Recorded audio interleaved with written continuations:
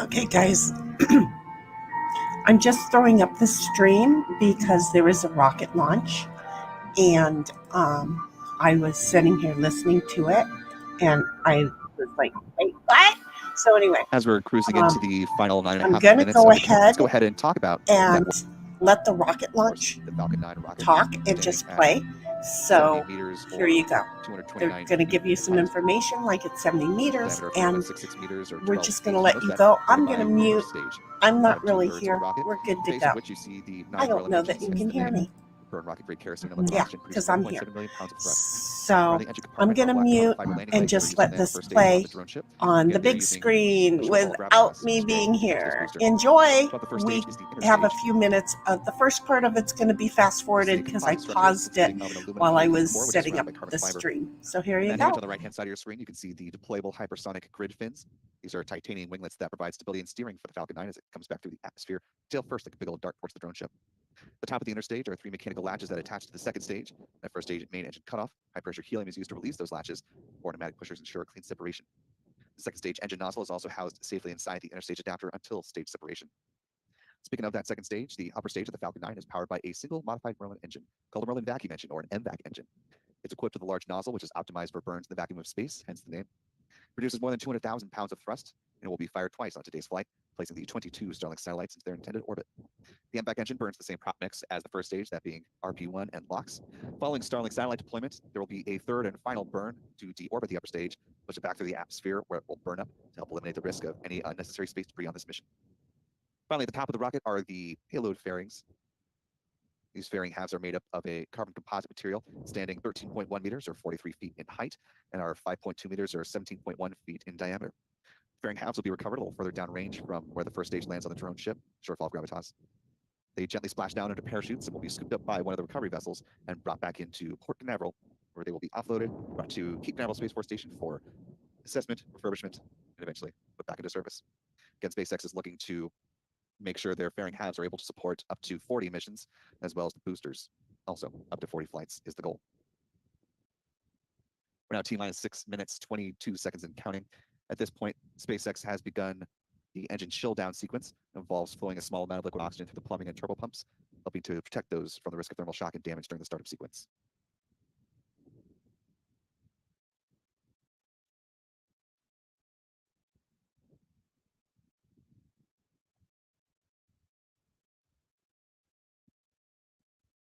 Now T-minus 5 minutes, 43 seconds and counting. Before we hit the strong back retract sequence coming up in just about a minute, I want to first off thank the more than 12,000 of you who are joining us live this afternoon. If you haven't already, we'd greatly appreciate it if you would hit that like button for us. It allows the YouTube algorithm to see the engagement here and bring some more folks into this live coverage. It's always great to give people the opportunity to see Eva launch live if they're not busy with other things going on in their life. We appreciate your support in helping us to do just that. As promised before, want to talk about the launch trajectory now that we have a few more folks joining with us live. Let you know where this Falcon 9 is going once it leaves the pad. As is the case with seemingly all the missions heading up to the test shell of the Starlink constellation. Once this booster leaves the pad, which is currently at Space Launch Complex 40, it will fly in a northeasterly trajectory along the coast of the United States. So for folks in northern Florida, northeast Florida, Georgia, the Carolinas, hopefully things aren't too cloudy where you are and you can potentially see this Falcon 9 as it makes its climb uphill. First stage booster, tail number B1078, will land on the SpaceX drone ship, shortfall gravitas. Strong back retract has started.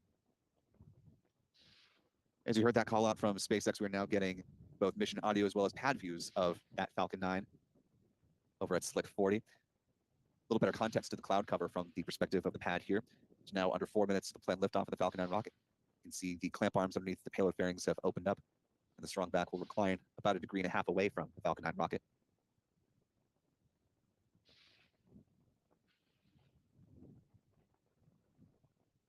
Taking a quick look at the live chat here, I want to thank a few more folks for your support this afternoon.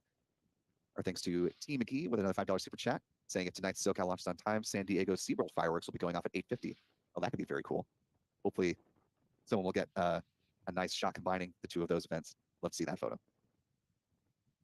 Actually, that'd be a really cool video. So if anyone has plans to go to SeaWorld, let me know if you're able to capture that. Tag us, if you will, on X or Threads, just at Spaceflight Now. Also want to thank channel member Jeff Groves for being with us, marking 7 months now. Glad to still have you with us, sir.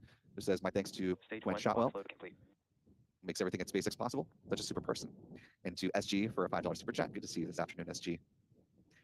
As you just heard, the Falcon 9 first stage LOX tank is now full. Last call out, we're waiting as far as prop load is concerned. Will come up in now less than 30 seconds as they're completing the loading of liquid oxygen on the Falcon 9's second stage.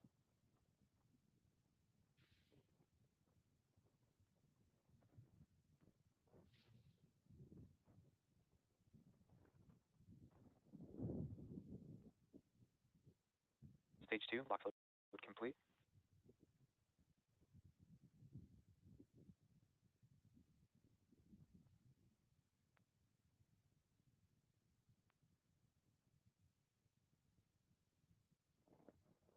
We're now T-minus 1 minute, 30 seconds and counting, seeing the ground gas closeouts here as SpaceX is on the cusp of its 45th Starlink mission of the year. This will also be SpaceX's 63rd Ground gas closeout. Falcon launch.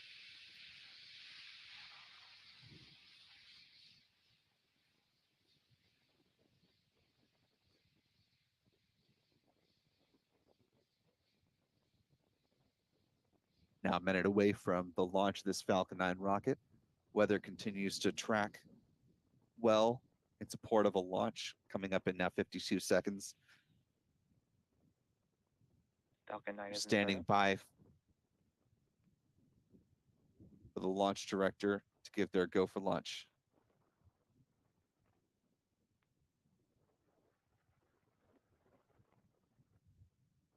go for launch. And with that call, we are now less than 30 seconds away from the liftoff of this Falcon 9 rocket, the Starlink 10-2 mission. 20 seconds. 15 seconds. And here we go in 10, 9, 8, 7, 6, 5, 4, 3, 2. I just have to say, I love this part. Engine ignition and liftoff of the Falcon 9 rocket on the Starlink 10-2 mission. The Falcon 9 has cleared the tower.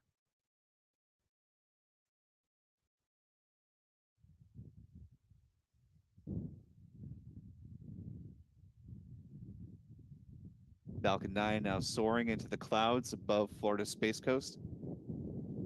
A little more than 20 seconds into flight. Let's listen to the roar of those 9 Merlin 1D engines.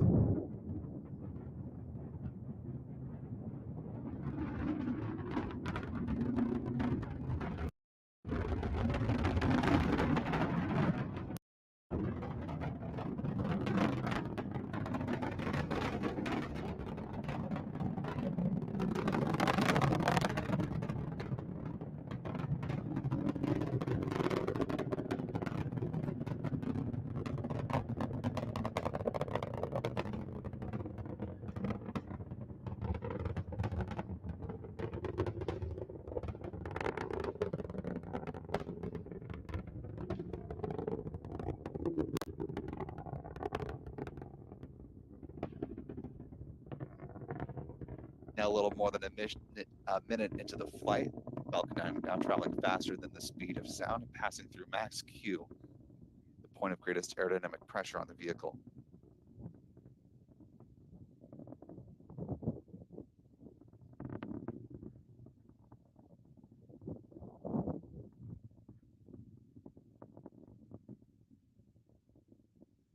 Still see a nice bit of shadow on the ocean there, just to the right of the Falcon 9 rocket from this vantage point.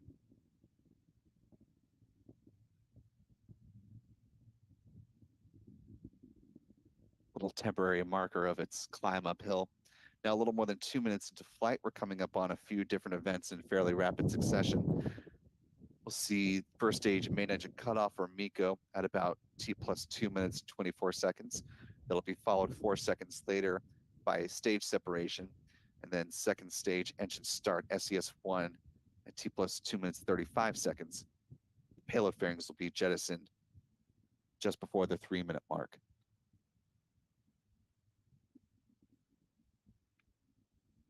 So in real time, we've hit MECO and stage separation. We'll see those events coming in on the SpaceX feed momentarily.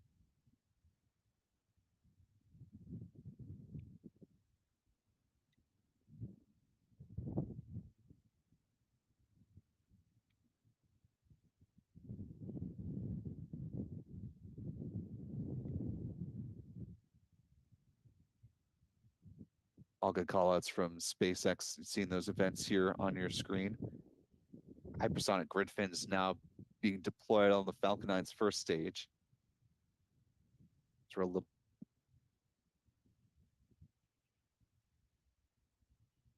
And there go the payload fairings, exposing the 22 Starlink satellites for the first time on this mission. And you can see one of those fairing halves falling away back down to Earth, where we'll gently splash down to the Atlantic Ocean under support of a parachute system. A little more than 3.5 minutes into flight. Coming up, the next event will be the start of the first stage entry burn. It picks up at about T plus 6 minutes and 9 seconds, lasting about 24 seconds in total.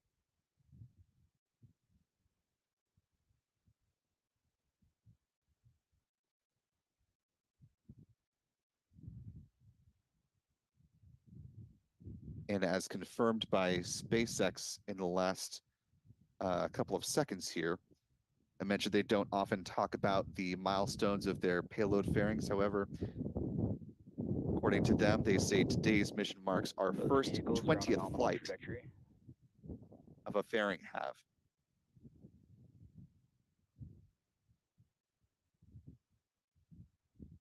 So congratulations to SpaceX on reaching 20 flights with at least one half of the payload fairings that we just saw fly moments ago, now making its way back to the Atlantic Ocean.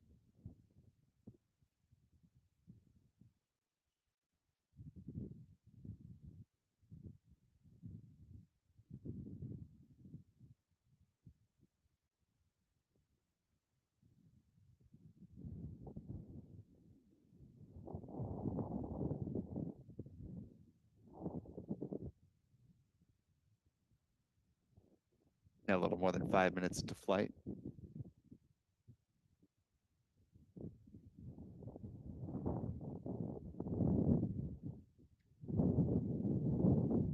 Those little bursts that you're seeing in between the two grid fins here on your screen, those are the cold gas thrusters.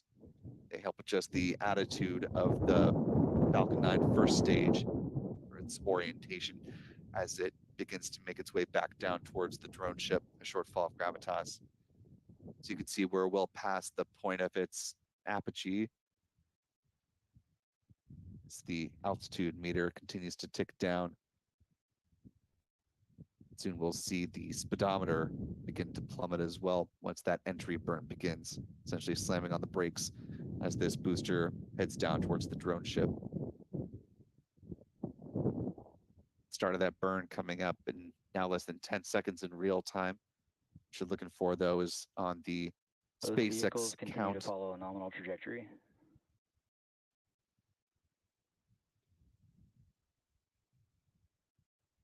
Good call out from SpaceX as both the first and second stage of the Falcon 9 continuing to follow along their intended flight paths. Stage 1 entry burn startup. Stage 1 FTS has safed. You see the start of that entry burn. Again, this lasting about 24 seconds in total.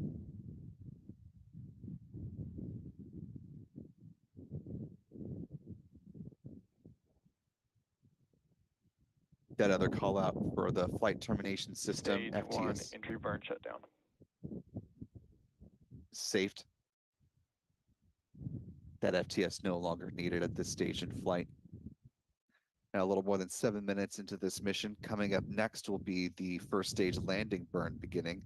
It's coming up at T plus 7 minutes and 53 seconds.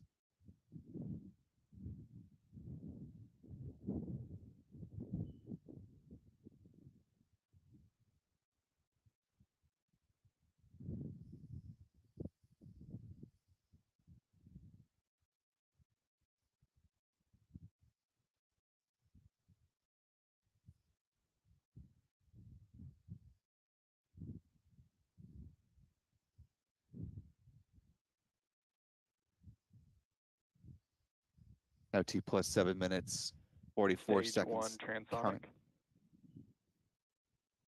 Falcon 9 now slowing to below the speed of sound as it continues to make its way towards the drone ship. Less than 6 kilometers above the ocean surface now.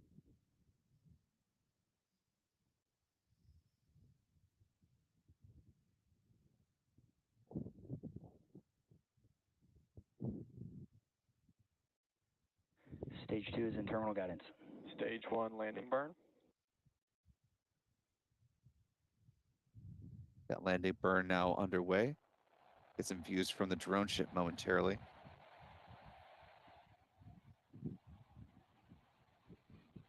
Stage 1 landing leg deploy. Stage 2 FTS has saved. And for an 11th time, you can see booster 1078 has safely touched down on the drone ship. Stage 1 landing confirmed. Impact shutdown.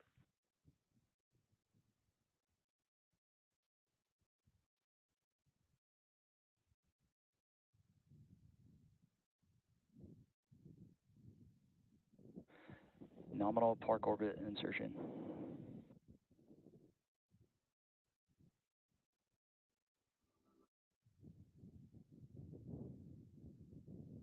And with some good callouts by SpaceX, the upper stage now in a parking orbit where it will coast until T plus 43 minutes and 50 seconds. There will be a brief 2-second burn, which will set up the Starlink satellites to be deployed at T plus 52 minutes and 44 seconds.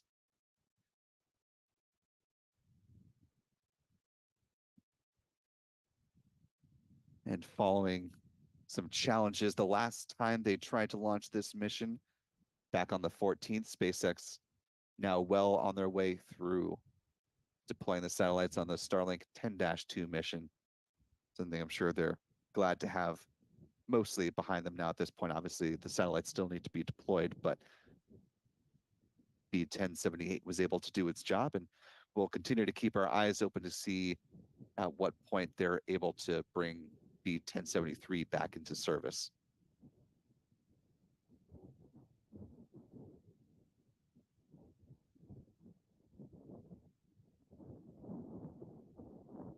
Taking a look at the live chat real quick, want to thank one of our wonderful channel members, Beverly Knuckles, for $5 super chat and noting that this was Beverly's first daylight launch. Beautiful. That's wonderful, Beverly. Glad you got to see that for yourself today. Night launches are spectacular, but it's always very cool when you get to see one of these rockets take off in the daylight. And with a good liftoff and a good landing of the first stage booster, continue to keep your eyes on the transporter erector, and that'll be coming back up into a vertical position as we're talking about our mission stats as they currently stand. Let's go ahead and run through these. This was the 11th flight of Falcon 9 booster 1078 in the SpaceX fleet.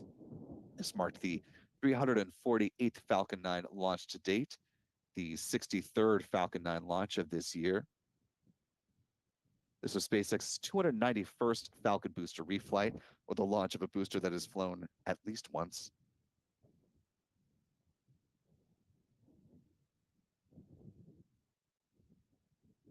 This was SpaceX's 65th launch of this year so far, including the 2 flight tests of its Starship vehicle from down at Starbase in southern Texas. This was the 116th orbital launch for SpaceX within the last 365 days. This was the 193rd for them from Pad 40, and the 248th overall orbital launch from this pad to date. Moving on to the bar chart, this is where SpaceX stands so far on the year. Now well past the total number of launches for 2022 and making good inroads towards their goal of 148 missions by close of 2024. Moving on to some recovery stats. This was the 85th landing on the drone ship, a shortfall of gravitas. Actually, that is a typo. This was the 75th landing for ASOG, 75th. This was also the 252nd SpaceX drone ship landing and the 321st to date on a drone ship, or excuse me, on all booster landings. It includes land landings at LZ1, LZ2 here in Florida, as well as LZ4 over in California. Finally, to some industry stats. This was the 46th orbital launch from Florida this year, the 67th orbital launch from U.S. soil, the 74th launch from U.S. rocket company, the 121st orbital launch from around the world, including 3 launch mishaps. Here's where our pie chart currently stands as we wrap up this mission this afternoon.